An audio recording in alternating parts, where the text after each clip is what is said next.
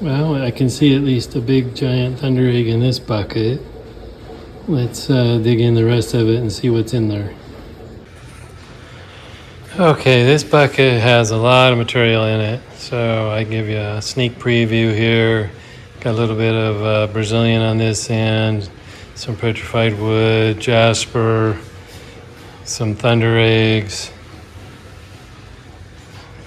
tugway nodules, that sort of thing. Looks like there's a little more Tennessee up there, some pieces of Montana, and Mexican coconut. So let's go through these individually, and I'll show them off hopefully a little better than just this. All right, let's start in the middle here. We have a couple pieces of Rocky Butte picture jasper, nice big thick slabs.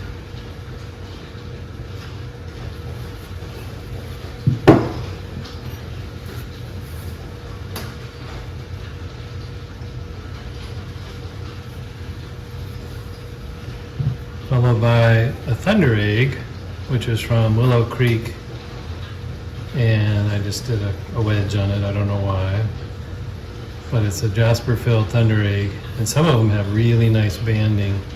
I'm sure I got a bunch of slabs off of this before I decided to just polish it out as a wedge.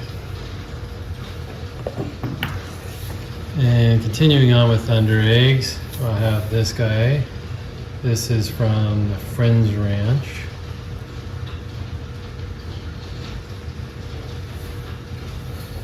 Followed by another pair of Friends Ranch Thunder Eggs. You say, well, how do you know all these? Well, you get to learn the matrix. It's completely different than, say, a Richardson's. Here's a Richardson's. Cool banding in there. But you see the matrix is completely different between the two. And I've dug at the Friends Ranch, so I know what it looks like. And I've dug at Richardson's, so I know what they look like. It's just one of those things you learn over time. Here's another Richardson's. This is from the moss bed, as you can tell. It got its name from all the moss.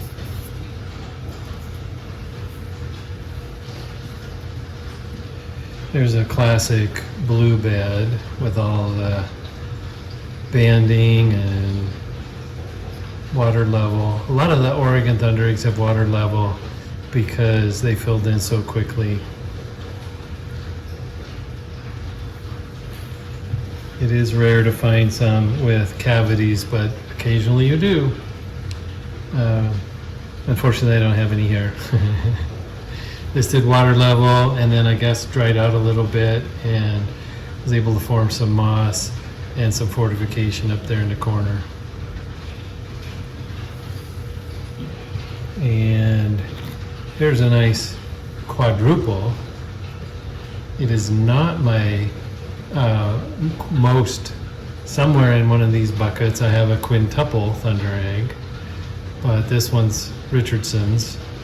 Again, you can tell by the matrix, and the quintuple is in another video.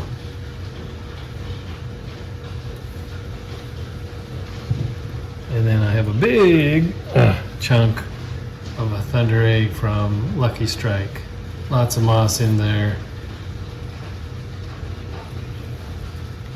Pretty heavy. And you can see this matrix is different as well.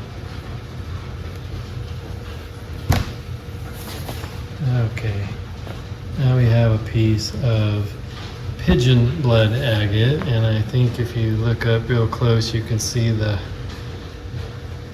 well, it looks like blood spatter, but it's really just red globules in the inside the agate. Makes for some pretty jewelry though. And here's a nice chunk of Mexican crazy lace. I tried doing a wedge, but this side had a big old chunk of hematite or something in there that just wouldn't polish. So now it's just kind of a display piece like this, a stand-up. Working back, we have some Montana. It's got some translucency to it.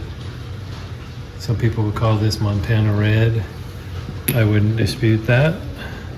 There's another piece of Montana with some nice little druzy in there. Another chunk of banded Montana. I'm surprised I kept this because I'm not a fan of fractures in my rocks. But it's got good dendrites in here, so maybe that's why I kept it. And then one more piece, Montana. It's got some transparency to it as well. There you go. I like the amber in there, and this dendrite's kind of cool. Oops, knocking over my Tennessee agate. This one would be from the strawberry location because it looks like, I think this one is too, because it looks like the middle of the strawberry. I guess that's how they do their naming back there. And here's a couple pieces of Dugway. I think they're from the same nodule, it looks like it.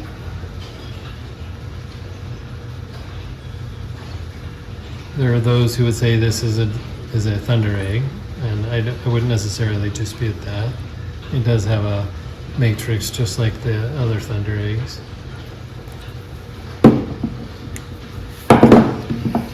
Here's a nice little piece of Condor agate. Let's see if I can get some, show the color on there.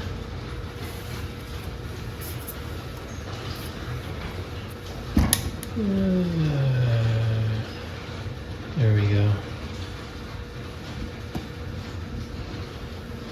You don't need to see all my garage tools.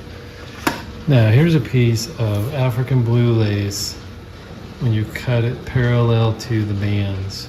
So you just get a solid color of blue. And actually somewhere I managed to cut a cabochon out of the single layer. Came out pretty cool. Now we're going to get into some Brazilians. There's a matching pair.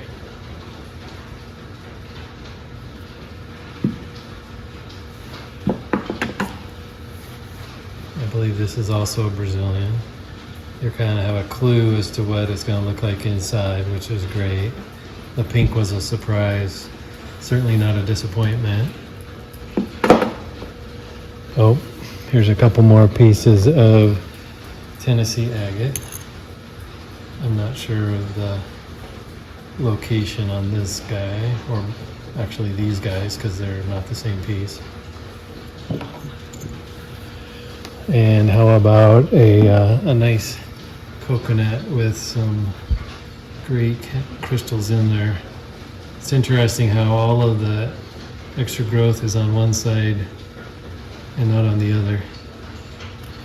I think it would have went this way. It's tabular. I'm wondering if it's calcite or something else. All you mineral experts out there can tell me.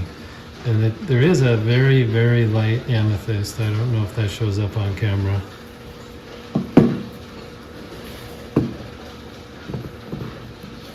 There's a almost perfect piece of Brazilian. Unfortunately, there's a little crack over here, but the majority of it's in pretty good shape. Another small piece of Brazilian. It's getting dusty in here apparently. I just wiped these all off.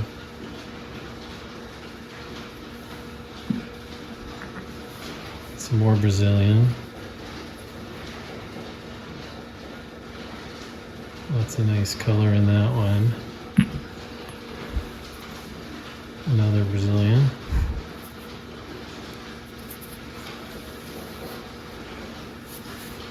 I like them when they're solid. Nice little target. Again, you can see the inflow.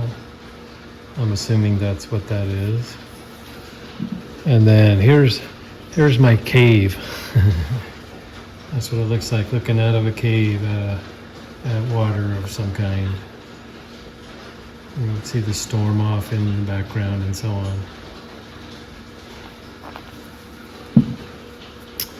And down front here, now that's got stuff all over it, is a decent sized piece of Arizona petrified wood. Not too many cracks in there. And I believe the last piece is a piece of graveyard point plume agate. Got all kinds of stuff going on in there. Although I don't really see what I would consider plume, but it is a nice, colorful, solid piece of agate. And I believe that's everything. So this bucket was pretty full.